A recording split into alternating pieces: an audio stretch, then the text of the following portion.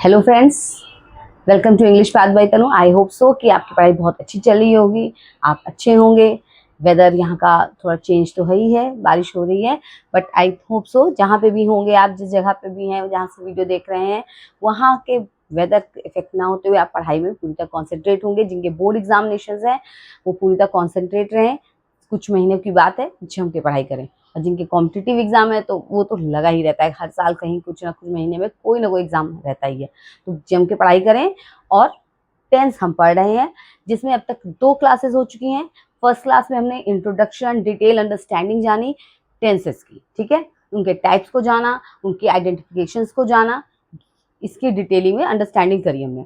उसके बाद जो हमारी सेकंड क्लास थी उसमें हमने प्रेजेंट टेंस स्टार्ट किया, और उसमें हमने सिंपल प्रेजेंट टेंस यानी प्रेजेंट इंडेफिनिट टेंस को पढ़ा डिटेल में, उसकी हेल्पिंग वर्ब्स को जानी, और जितने भी सेंटेंसेस हैं, अफर्मेटिव सेंटेंसेस, नेगेटिव और इंट्रोगेटिव, और इंट्रोगेटिव में भी दोनों टाइप्स के इंट्रोगेटिव, उन सबको जाना, और उनकी एटलीस्ट मतलब अच्छे से प्रैक्टिस भी करी है हमने। और मैंने आपको होमवर्क भी दिया था, आपको याद होगा। तो फिलहाल आप लोग होमवर्क किया होगा। अगर आप लोग का कुछ है तो आप लोग कमेंट सेक्शन में मुझे बताइएगा, मैं आपको रिप्लाई करूंगी। और हाँ, एक बात और, एआई पे मत जाइए कि मतलब एआई से देखा और कर लिया। एआई आपके एग्जाम में नहीं आने वाला है, ठीक है। आपको अब अपना एआई एग्जाम में आपको खुद ही बनना पड़ेगा। फिलहाल आज आप जैसा देख रहे हैं बोर्ड पे, प्रेजेंट कॉन्टिन्यूअस टेंस हम पढ़ने जा रहे हैं। और इसमें सबसे पहले हम अफर्मेटिव सेंटेंस स्टार्ट करेंगे। बट पहले मैं आपको बता दूं प्रेजेंट कॉन्टिन्यूअस टेंस होता क्या है। कॉन्टिन्यूअस, अगर आप कॉन्टिन्यूअस वर्ड से समझे, मतलब कोई काम क्या है, जैसे आप बोलते हैं ना कंटिन्यू हो रहा है काम ना, कंटिन्यू क्या होता है, लगातार। तो वो कॉन्टिन्यूअस यानी जब प्रेजेंट टाइम में यानी वर्तमान समय में कोई काम लगातार होता जा रहा है, मतलब अभी रुका नहीं है, मतलब स्टार्ट हो गया है और होता ही जा रहा है, तो हम उसके लिए क्या करते हैं, कॉन्टिन्यूअस प्रेजेंट कॉन्टिन्यूअस टेंस का यूज करते हैं। उसके रूल्स को लगाते हैं, उसके अकॉर्डिंग ही किसी भी सेंटेंस या एरर को ढूंढते हैं, ठीक है। जैसे अगर आप देखें, आई एम टीचिंग, मैं पढ़ा रही हूँ, तो क्या ये कॉन्टिन्यूअस चल रहा है, ये काम अभी स्टार्ट हो चुका है, पहले ही स्टार्ट हो चुका है ये काम, पहले ही पढ़ाने का काम शुरू हो चुका और मैं पढ़ाती ही जा रही हूँ, अभी स्टॉप नहीं आया है, ठीक है, अभी स्टॉप नहीं आया है। जब क्लास फिनिश हो जाएगी, ये हो जाएगा, तब आप पास्ट टेंस में जाएंगे, ठीक है, ठीक है। या फिर अगर तुरंत ही के क्लास हुई है तो आप ये कह सकते हैं कि she she has taught us English, मतलब वो हमें इंग्लिश क्या है, पढ़ा चुकी, मतलब अगर तुरंत अगर हमने पढ़ा है। अदरवाइज अगर ये काम अभी चल रहा है, प्रेजेंट टाइम में कंटिन्यू चल रहा है, तो आप टीचिंग यानी मैं कहूँ यू आर टीचिंग, अगर तुम पढ़ा रही हो, ठीक है। या Tanu ma'am is teaching, Tanu ma'am क्या कर रही हैं, पढ़ा रही हैं, ठीक है, तनु मैम पढ़ा रही हैं। तो क्या है, ये काम कंटिन्यू चल रहा है। अब सबसे जो बड़ी चीज है कि प्रेजेंट कॉन्टिन्यूअस टेंस में जो हेल्पिंग वर्ब हम यूज करते हैं, जैसा कि आप देख रहे हैं, इज एम आर, ठीक है। हम किसका यूज करते हैं, इज एम आर का यूज करते हैं। और बस एक चीज यहाँ ध्यान रखिएगा कि काम क्या है, कोई भी काम क्या है, काम चल रहा है, काम क्या है, चल रहा है, वही कॉन्टिन्यूअस टेंस है। काम क्या हो रहा है, चल रहा है, तो ये कॉन्टिन्यूअस टेंस है। अब जो नेक्स्ट चीज है वो क्या है, इज एम आर का यूज। इज एम आर का यूज हम कैसे करते हैं, क्या होता है जब हम इज एम आर किसके अकॉर्डिंग लगाते हैं, इसी में मैं आपको बता देती हूँ। देखिए, इज के यूज कब करते हैं, ही, शी, इट, और ही, शी, इट है, ठीक है, नेम्स, किसी का नाम है, या फिर या फिर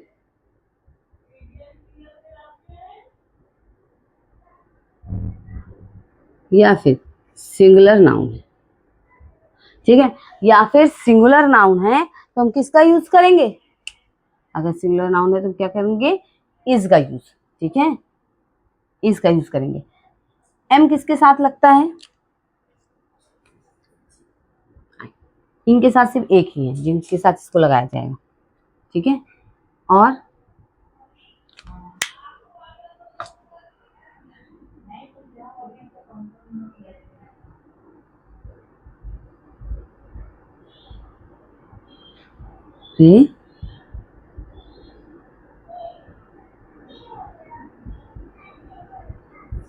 ठीक है, समझ में आ गई बात? क्या होगा, is, he, she, it, names और सिंगुलर नाउन के साथ इज का यूज करते हैं। ठीक है, एम आई के साथ ही लगता है, इसके अलावा एम का यूज किसी के साथ नहीं करते हैं। आर, यू, वी, दे और प्लूरल नाउन, इनके साथ आर का यूज किया जाता है। समझ में आ गई बात? इतना क्लियर हुआ? अगर आप नोट्स बना रहे हैं तो लिख लीजिए। यहाँ मैंने अफर्मेटिव सेंटेंस से बता दी है इस चीज को, लेकिन ये तो सब में ही लागू होगा, मतलब सब में ये रूल फॉलो होगा। ऐसा नहीं है कि अफर्मेटिव सेंटेंस बताया तो उसी में करना है, ऐसा कुछ नहीं, सब में यही होगा। तो क्या होगा, इज का यूज हम ही, शी, इट, नेम्स और मतलब किसी का नाम है, जाहिर सी बात है वो सिंगुलर नाउन ही हुआ, सिंगुलर नाउन में ही ये आ गया, और सिंगुलर नाउन किसी भी तरह का है तो उसमें एम आई, ठीक है, आई के साथ एम का यूज होगा, आर, यू, वी, दे और प्लूरल नाउन। समझ में आ गई बात? अब देखिए, अगर अफर्मेटिव सेंटेंस है तो रूल होगा क्या, यहाँ पे हमेशा ध्यान रखिए, हमेशा वर्ब की क्या लगेगी, फर्स्ट फॉर्म लगेगी। समझ में आ रही बात? क्या लगेगी, वर्ब की फर्स्ट फॉर्म लगेगी। सबसे पहले क्या होगा, सब्जेक्ट लगेगा, इज एम आर में से किसी का यूज होगा, वर्ब की फर्स्ट फॉर्म लगेगी और वर्ब की फर्स्ट फॉर्म में हम आईएनजी लगा देंगे। ठीक है, उसके बाद ऑब्जेक्ट अदर, मतलब और जो कुछ चीजें होंगी हमारे पास वो उसमें लिख दी जाएंगी। समझ में आ गई इतनी बात? इतना समझ में आया? ओके, तो अब हम चलते हैं अफर्मेटिव सेंटेंस की प्रैक्टिस करते हैं कि कैसे ट्रांसलेट किया जाए, कैसे अगर हमें कोई हिंदी में, और देखिए रूल क्यों जाना चाहिए, सिर्फ हिंदी टू इंग्लिश नहीं करना है। कभी कभी अगर आपको कोई चीज पढ़नी है, या जैसे कॉम्पिटिटिव एग्जाम में क्लोज टेस्ट है, या बहुत सी चीजें ऐसी हैं, एरर्स जहाँ पूछे जाते हैं, वहां पे आपको रूल याद होना चाहिए। वो आपको कोई ऐसे ही सेंटेंस दे दिया, मान लीजिए प्रेजेंट कॉन्टिन्यूअस का दे दिया, और उसमें इज सबको लगा, लेकिन वर्ब की सेकंड या थर्ड फॉर्म लगा दी, आईएनजी लगा ही नहीं, तब आप वहाँ एरर ढूंढेंगे। आपको पता होना चाहिए कि अरे नहीं, ये तो कॉन्टिन्यूअस है, इज एम आर लगा है, अच्छा तो इसमें लगता है ये गलती है, तो उसके अकॉर्डिंग वो आपसे पूछेंगे तो आपको बताना पड़ेगा। ये अगर क्लोज टेस्ट है तो आपको फिल करना पड़ेगा वहाँ पे, तो आपको पता होना चाहिए कि कौन क्या लगेगा वहाँ पे। वर्ब उसने लगा, उसने क्लोज टेस्ट में लगा दिया, अब आप उसने वर्ब दे दी है, ठीक है, अब उसने कहा वर्ब फिल कीजिए। अब आपको नहीं पता होगा तो आप सोचेंगे अच्छा सेकंड फॉर्म की थर्ड फॉर्म, कि अगर आपको पता होगा तो कभी कभी कंडीशन क्या होती है, लोग आईएनजी लगाना भूल जाते हैं और वर्ब की सिर्फ फर्स्ट फॉर्म लिख देते हैं, तो वो भी नहीं करना है। ठीक है, तो इसलिए समझना इसको बहुत जरूरी है, हर तरह से ये इंपॉर्टेंट है। मैं पहली ही क्लास में बता चुकी हूँ कि सबको पढ़ना, टेंसेस तो आने ही चाहिए। ठीक है, तो चलिए हम इसकी प्रैक्टिस करते हैं और देखते हैं कि कैसे प्रेजेंट कॉन्टिन्यूअस टेंस में क्या रूल अप्लाई करके हम हिंदी टू इंग्लिश ट्रांसलेशन या किसी भी तरह से टेंस को करते हैं। ओके, तो अब नेक्स्ट देखिए। ठीक है, तो अब देखिए हम चेंजिंग कैसे करेंगे। जब अगर अफर्मेटिव सेंटेंस है और प्रेजेंट कॉन्टिन्यूअस टेंसेस में अफर्मेटिव सेंटेंस है, तो मैंने आपको बताया कि रूल यही लगेगा कि सब्जेक्ट, फिर इज एम आर, फिर वर्ब की फर्स्ट फॉर्म, फिर आईएनजी, ऑब्जेक्ट और फिर अदर्स। ठीक है, अब ये अफर्मेटिव सेंटेंस हम चेंज करते हैं। जैसा कि आप देख रहे हैं सामने आपको दो हिंदी सेंटेंस दिख रहे हैं, लड़कियां स्कूल जा रही हैं और एक है बढ़ई एक कुर्सी बना रहा है। ठीक है, बना रही है लिख दिया है क्या, चल कोई बात नहीं, बढ़ई फीमेल भी हो सकती है, बट यहाँ पे ऐसा कुछ होगा नहीं। बढ़ई जो एक वर्ड है वो एक ऐसा वर्ड है जो उससे जेंडर का कोई लेना देना है नहीं। ठीक है, मगर मैं इरेज कर देती हूँ वरना कंफ्यूजन हो जाए तो और आफत हो जाएगी फिर।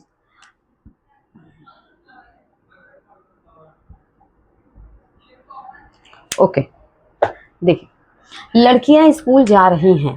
ठीक है, तो सबसे पहली बात सब्जेक्ट ढूंढ लीजिए। सब्जेक्ट क्या है, जाने का काम, जो वर्ब करता है, जो क्रिया करता है वही तो सब्जेक्ट होता है। जाने का काम गर्ल्स कर रही हैं, लड़कियां, तो क्या होगा, girls, girls. Is am are में से क्या लगेगा, प्लूरल के साथ क्या लगता है, आर।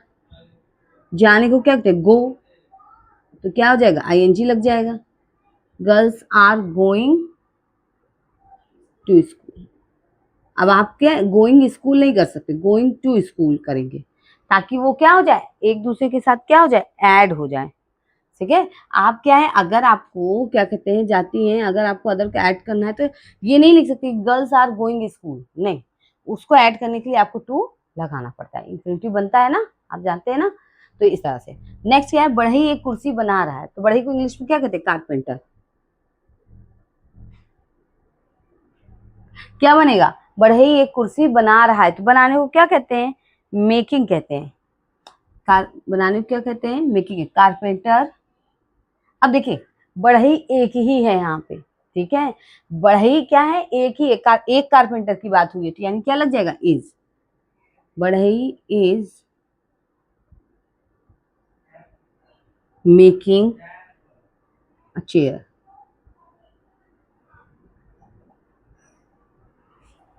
समझ में आ गई बात? क्या हो जाएगा? बढ़ई एक कुर्सी बना रहा है, carpenter is making a chair. अगर रही भी होता तो उससे कोई फर्क नहीं पड़ता, कारपेंटर ही लिखते, ठीक है। खैर उसका कोई मतलब नहीं है, आप इसको ध्यान दीजिए। Carpenter is making a chair. तो क्या हो गया? ऐसा नहीं है, सिंपल सिंपल से स्टार्ट करेंगे तभी अपना अपने लेवल तक पहुंचेंगे। सबसे पहले जरूरी है कि आपको ये याद होना चाहिए कि कहाँ पे कौन सी हेल्पिंग वर्ब लगेगी, कहाँ कौन सी वर्ब लगेगी, कहाँ आईएनजी लगेगा, ये याद होना बहुत जरूरी है। समझ में आ गई बात? इतना क्लियर हुआ? इतना क्लियर हुआ? अब देखते हैं जो नेक्स्ट, इसीलिए मैं देखिए होमवर्क इसीलिए देती हूँ कि आप उसको करिए और समझिए कि कैसे किया जाएगा, ठीक है। अब नेक्स्ट देखते हैं, नेक्स्ट है हमारा निगेटिव सेंटेंस। अगर निगेटिव आ जाए, नॉट आ जाए, तो कैसे चेंजिंग करेंगे ये हम देखते हैं। निगेटिव सेंटेंस में आप देखिए क्या होता है, सारा पूरा रूल वही है, subject plus is am are, verb की first form ING, object plus other. लेकिन क्योंकि ये तो है निगेटिव, तो हमें नॉट लगाना है। नॉट कहाँ लगेगा? इज एम आर के बाद लगेगा। समझ में आ गई बात? कहाँ लगेगा? इज एम आर के बाद लगेगा। अच्छा आपको लगेगा ना, अरे ये तो बहुत सिंपल है, लेकिन जब ये सिंपल करोगे ना तब जाके तुम्हें बड़े सेंटेंस मिलेंगे, ठीक है। तब बड़े सेंटेंस मिलेंगे, तब वहां समझना पड़ेगा कि कैसे क्या लगेगा। समझ में आ रही बात? वहां ये ऐसा थोड़ी है, जैसे बोर्ड एग्जामिनेशन में, यूपी बोर्ड में ट्रांसलेशन आते हैं, तो वहां ऐसा थोड़ी है कि तुम्हें ऐसे सेंटेंस पूछे जाएंगे, ऐसे तो पूछेंगे, इनसे मिलते जुलते ही पूछेंगे, मिलते जुलते हो सकता है उसमें कुछ और वर्ड ऐड कर दे, या उसमें दो तीन सेंटेंस को एक साथ क्या है, की है, या और से जोड़ के बना दे, तुम्हें बनाना पड़ेगा तब। लेकिन रूल तो यही अप्लाई होगा ना, अगर कॉन्टिन्यूअस है तो रूल तो यही अप्लाई होंगे ना, सीखना तो हमें यहीं से पड़ेगा ना, तो इसको कंटिन्यू करिए, ठीक है। गाय घास नहीं चर रही है, ट्रांसलेशन से ये भी फायदा है कि आपको वोकैबुलरी भी आएगी, जिनको नहीं पता है। चरने को क्या कहते हैं? ग्रेजिंग, ठीक है। चरने को क्या कहते हैं? ग्रेजिंग। तो गाय घास नहीं चर रही है, चरने का काम कौन नहीं कर रहा है? गाय, तो काउ। काउ, अब एक गाय की ही बात है, काउ इज नॉट, चरने को क्या कहते हैं? ग्रेजिंग, ग्रेज कहते हैं, सॉरी ग्रेज कहते हैं, लेकिन हाँ इंजी लगेगा तो ग्रेज हो जाएगी।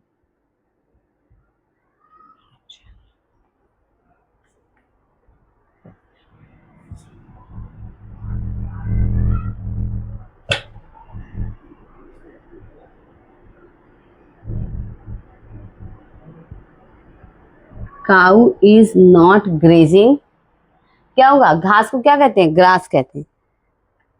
Cow is not grazing grass. समझ में आ गई बात? क्लियर हुआ? क्या होगा? Cow is not grazing grass, मतलब गाय घास नहीं चर रही है, ठीक है। आईएनजी लग गया ना, तो यानी ये काम अभी नहीं हो रहा है। राम मैदान में नहीं खेल रहा है, तो खेलने का काम राम का, राम इज सिंगुलर है, इज नॉट, खेलने को इंग्लिश में क्या कहते हैं? प्ले, प्लेइंग हो जाएगा, प्लेइंग।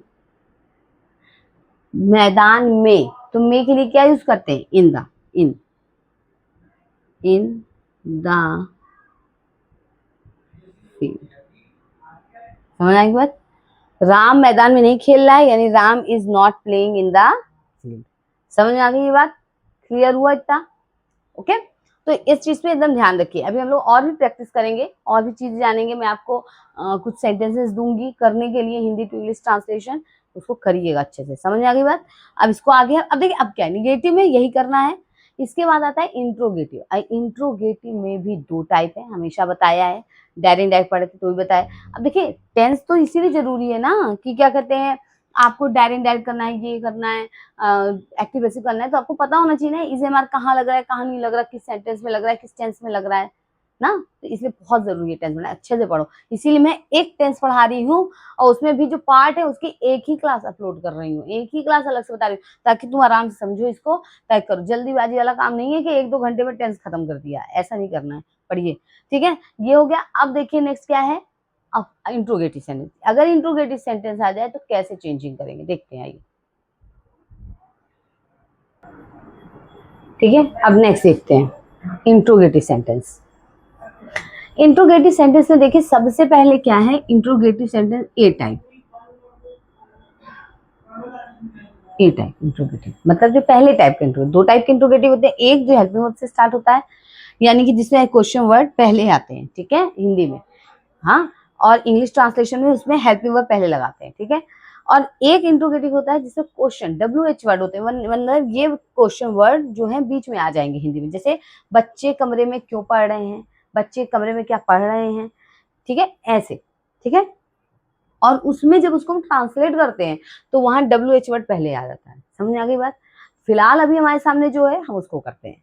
अगर इंट्रोगेटिव सेंटेंस ऐसा आ जाए जिसमें क्वेश्चन वर्ड पहले दिया हुआ है, ठीक है, पहले दिया हुआ है, तो हम उसके उसमें क्या करेंगे, हेल्पिंग वर्ब पहले लिखेंगे, ठीक है। और प्रेजेंट कॉन्टिन्यूअस टेंस है, देखिए रहा है, रही है, हो रहा है, तो इसमें पहले में क्या लगाएंगे, इज़एमआर लगाएंगे, ठीक है, इज़एमआर लगाएंगे। और पूरा रूल सेम है, जो सबसे एक इम्पॉर्टेंट चीज है वो ध्यान रखिएगा कि क्वेश्चन मार्क नहीं छूटना चाहिए, समझ में आएगी बात। अगर जो सबसे इम्पोर्टेंट चीज है वो क्या है कि क्वेश्चन मार्क नहीं छूटना चाहिए, समझ में आ गई बात। ओके, चलिए देखिए, क्या बच्चे कमरे में पढ़ रहे हैं, तो सबसे पहले अब हमें देखना पड़ेगा इज़एमआर किसके अकॉर्डिंग लगेगा। तो ये देखने के लिए हमें पहले क्या देखना पड़ेगा, पहले हमें देखना पड़ेगा कि हमारा सब्जेक्ट क्या है। सब्जेक्ट हमारा क्या, पढ़ने का काम कौन कर रहा है, बच्चे, यानी कई बच्चे, यानी चिल्ड्रन।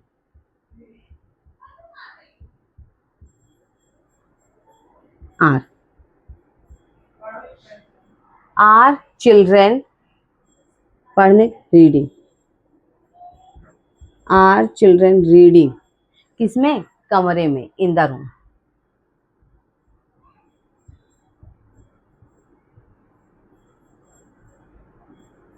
ठीक है। Are children reading in the room, समझ में आ गई बात, समझ में आई बात। ओके, अब क्या गड़बड़ की है, क्वेश्चन मार्क नहीं लगाया, क्योंकि दिमाग में रहे वो, अगर नहीं आई ये चीज तो आप क्वेश्चन मार्क भूल जाएंगे, जैसे मैंने फुल स्टॉप लगा दी, लेकिन ये गलत हो जाएगा, ठीक है। ऐसी भी एरर्स पूछी जा सकती हैं, ऐसी ये नहीं है कि ये नहीं, ये भी एरर में पूछा जा सकता है, ठीक है। नेक्स्ट क्या है, क्या मैं मैदान में दौड़ रहा हूँ, तो दौड़ने का काम कौन कर रहा है, मैं, तो आई, अब आई के साथ क्या लगता है, एम, एम आई, दौड़ने को क्या कहते हैं, रनिंग, एम आई रनिंग, कहाँ दौड़ रहा है, इन द फील्ड।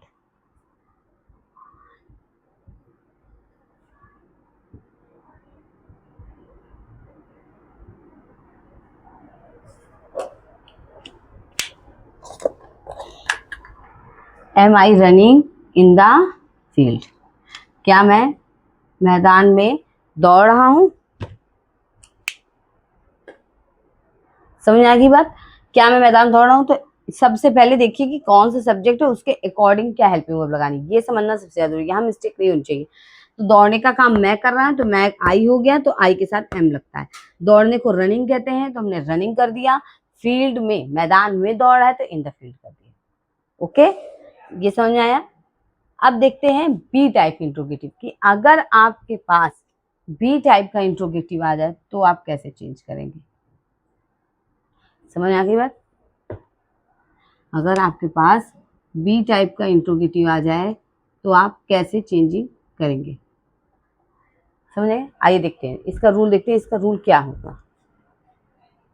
ओके, देखिए अब नेक्स्ट देखिए, जो हमारा नेक्स्ट है वो क्या है, इंट्रोगेटिव सेंटेंस है बी टाइप, यानी जहां पर WH वर्ड, यानी कोई भी सेंटेंस जो है उसमें क्वेश्चन वर्ड क्या है, बीच में आता है, समझ में आ गई बात। उसमें क्वेश्चन वर्ड क्या होता है, बीच में आता है, और इसको हम कैसे चेंज करेंगे, यानी जब ऐसी सिचुएशन होती है तो WH वर्ड क्या है, पहले लिखा जाए। अच्छा देखिए, इसका मेन मोटिव क्या है, आप यहाँ हिंदी टू इंग्लिश ट्रांसलेशन सीख रहे हैं, लेकिन जब हम हिंदी टू इंग्लिश कर रहे हैं तो एक चीज और ये भी ध्यान रखिए, ये रूल्स पता होने चाहिए। इन रूल्स को जानने का क्या रीजन है, रीजन ये है कि अगर आपको एग्जाम में इंग्लिश आ जाए, हाँ, तो आपको उसको ट्रांसलेट करना पड़े तो भी तो आपको पता होना चाहिए।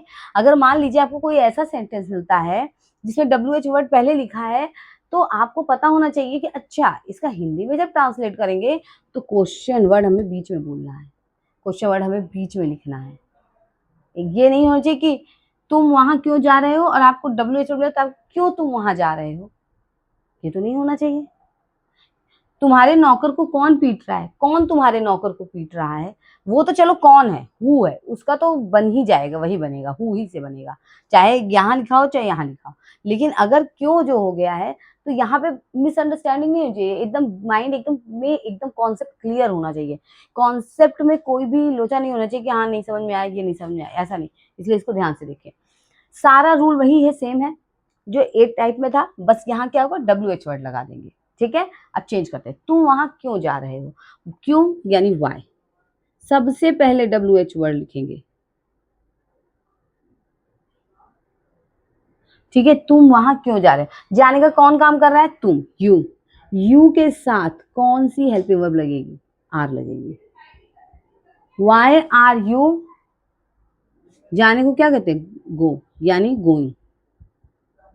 वाई आर यू गोइंग वहां, यानी there, why are you going there. समझ आई बात, तुम वहां क्यों जा रहे हो, यानी कि why are you going there. ठीक है, नेक्स्ट क्या है, तुम्हारे नौकर को कौन पीटा। अभी देखिए, जो लास्ट वाली क्लास थी हमारी प्रेजेंट इंडिफिनिट की, उसमें भी मैंने बताया था हु के साथ कभी कभी कुछ कॉन्सेप्ट चेंज हो जाते हैं। ठीक है, जैसे उसमें डू डज लगता है प्रेजेंट इंडिफिनिट में, सिंपल प्रेजेंट टेंस यानी, और उसमें जब हु लगता है तो हु के साथ डू डज नहीं यूज किया जाता, वो मैंने आपको वहां बताया है। ठीक है, तो इसलिए मैं कहती हूँ कि हमेशा वीडियो पूरा देखें। क्यों, क्योंकि लास्ट में कहीं जाके कोई ऐसा रूल ना मैं बता दूं जो आपके लिए बहुत बेनिफिशियल हो। उसमें मैंने लास्ट में जब आपको होमवर्क दिया है तब मैंने उसे बता दिया है कि हु के साथ डू डस का यूज नहीं करते हैं। अब देखिए यहाँ क्या, तुम्हारे नौकर को कौन पीट रहा है, तो पीटने का काम कौन कर रहा है, कौन, यही हमारा सब्जेक्ट है। समझ में आई बात, देखिए अब यही से कॉन्सेप्ट चेंज हो जाएगा। अब नहीं आपने देखा वीडियो पूरा पूरा नहीं समझा, गया काम से, समझ में नहीं आएगा, अब आप ढूंढते रह जाइएगा सब्जेक्ट। और जब आप यहाँ जो पहले पढ़ लिया है, समझ लिया है, तो आ जाएगा। और कभी ये मत माइंड में लाइए कि अरे हमको सब आता है, आपको लग रहा है कि आप ज्ञानी हैं, लेकिन जब आएगा आपके सामने सेंटेंस तब आपको पता चलेगा आपको कुछ भी नहीं पता चल रहा है। आएगा कैसे, प्रैक्टिस करने, इसलिए कह रही हूँ पढ़ो, टेंस को एकदम लाइटली फॉर ग्रांटेड मत कीजिए। ठीक है, तो हु हो गया हमारा सब्जेक्ट है। ठीक है, हु, इज एम आर में से क्या लगेगा, तुम्हारे नौकर को कौन पीट रहा है यानी कोई एक इंसान है। अब अगर ये बोल तुम्हारे नौकर को कौन पीट रहे हैं या कौन लोग पीट रहे हैं, ऐसे आ जाए तो आपको चलेगा अरे ज्यादा लोग हैं तो आ लगता है, लेकिन हमें यहाँ पता है कौन पीट रहा है, तो हु इज, एक इंसान है, हु इज। पीटिंग को क्या कहते हैं, बीट, यानी क्या हो जाएगा, बीटिंग। हु इज बीटिंग, क्या होगा, योर सर्वेंट।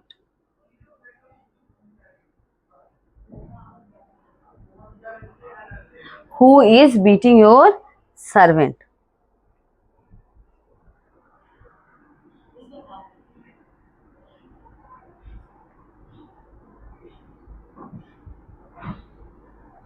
समझ आ गई बात, who is beating your servant. तो इसको बहुत अच्छे से ध्यान रखिए, इसको समझिए। अब इसके बाद मैं आपको कोई 5 सेंटेंस दे रही हूँ होमवर्क के लिए, उसको अच्छे से पढ़ लीजिए और करिएगा, कोशिश करिए, जब कोशिश करेंगे तभी आएगा। ठीक है, कोई ऐसा बहुत डिफिकल्ट नहीं देने वाली हूँ, बहुत ही लाइटली, बहुत ही नॉर्मल दूंगी जो आपके लिए बहुत ही अच्छा रहे, आप कर लें आसानी से। और अगर थोड़ा डिफिकल्ट है तो कोई प्रॉब्लम नहीं है, डिफिकल्ट करेंगे तो फिर तभी तो समझ में आएगा कि करना कैसे है। कुछ नई चीज डिफिकल्ट होती है तभी आपको समझ आता है ना, हाँ अच्छा इसको करना है, इसको समझना है। ठीक है, तो चलिए इसको यहीं स्टॉप करते हैं। फिलहाल आगे मैं आपको होमवर्क देती हूँ, आप उसको करिएगा। ठीक, लिखिए, लिख लीजिएगा सेंटेंस को ताकि आपको समझ में आए। ओके, अब जो सबसे इम्पोर्टेंट चीज है ना वो है होमवर्क। ठीक है, ये होमवर्क का कॉन्सेप्ट जो है छोटे बच्चों की क्लास का कॉन्सेप्ट है, बट ये बहुत जरूरी है। क्यों जरूरी है, जब तक, अब आप क्या है, आज के समय होमवर्क देते कहते घर जाइए प्रैक्टिस करके आएगा, सीनियर क्लासेस में यही तो होता है, क्या कहते हैं कि प्रैक्टिस कर लीजिएगा, ये दिया है। होमवर्क जैसे कॉन्सेप्ट को हम बोलते ही नहीं है बड़ी क्लासेस में, सीनियर क्लासेस में। छोटे बच्चों में होता है कि हाँ चलो होमवर्क करना, तो देखिए उसका इफेक्ट भी होता है, वो माइंड में रहता है कि हाँ होमवर्क करना है, इसको करना है, ये अर्जेंट है। प्रैक्टिस में फिर वो एकदम रहता है कि ठीक है कर लीजिए प्रैक्टिस। फिलहाल आइए देखते हैं, तो होमवर्क में आपको देखिए जो है ये 5 सेंटेंस लिखे हैं आपके आगे सामने, देख लीजिए, वाक्य लिखे हैं, हिंदी है वाक्य में, तो इनको आप करिएगा। अगर कोई वर्ड की मीनिंग नहीं आ रही है, फिलहाल मैं जो है वहां यहाँ बताती चल रही हूँ, आप उसको ध्यान रखिए। पर ये शरारती बालक अपना समय नष्ट कर रहे हैं, तो नष्ट करना तो वेस्ट होता है, पता ही है, शरारती नॉटी होता है, ये भी पता है। वे लड़के रेलगाड़ी की प्रतीक्षा कर रहे हैं। रेलगाड़ी ट्रेन है, प्रतीक्षा के लिए वेट यूज होता है। क्या सुनार सोने के जेवर नहीं बना रहा है? सुनार को क्या कहते हैं? Gold Smith. जेवर ज्वेलरी, ज्वेलरी होता है, ज्वेलरी नहीं होता है, प्रोनाउंसिएशन पे ध्यान दीजिएगा। सोने का गोल्ड होता है, वो तो पता ही है, बनाने को मेकिंग कहते हैं, ठीक है। तुम कौन सी पुस्तक पढ़ रहे हो? कौन सी पुस्तक? जब कौन वर्ड किसी निर्जीव नॉन लिविंग थिंग्स के साथ आता है तो उसके लिए विच वर्ड यूज करते हैं। तो आप यहाँ विच बुक से स्टार्ट करेंगे, ठीक है। और अपना देखिएगा, जो नहीं आएगा फिर बताइएगा। तुम आज मुंबई क्यों नहीं जा रहे हो? ठीक है। तो इन 5 सेंटेंस को करिएगा, अच्छे से समझिएगा। कोई प्रॉब्लम आ रही है कमेंट सेक्शन में मुझे बताइएगा, और आप इनको करके कमेंट सेक्शन में मुझे बता भी सकते हैं। वैसे जल्दी ही कुछ और नया शुरू करने की सोच रही हूँ, अगर सब बेटर रहा तो कुछ हम एक अलग स्टार्ट करेंगे जिसमें हम एक दूसरे से डायरेक्ट कम्युनिकेट कर सकें। फिलहाल इसको यहाँ स्टॉप करते हैं। नेक्स्ट क्लास हमारी होगी प्रेजेंट परफेक्ट टेंस की। अगर आपको पहले से आता है तो आप पढ़ के आइएगा, ताकि अगर मैं जब यहाँ कराती रहूँ तो आप खुद ही तुरंत कर लीजिएगा कि हाँ अच्छा, अरे ये तो ऐसे होता है। तो ये भी अच्छी चीज़ है, आपका रिवाइज हो जाएगा। और आपको नहीं आता, नो प्रॉब्लम, मैं हूँ ही। आप यहाँ पढ़िएगा, आराम से उसको करिएगा, और जो होमवर्क दूंगी उसको अच्छे से करिएगा, ठीक है। तो अगर क्लास अच्छी लगी हो, आपको यूजफुल लगी हो, तो इसे लाइक कर दें, चैनल को सब्सक्राइब कर दें, बेल आइकन जरूर प्रेस करें और शेयर जरूर करिए। Thank you so much.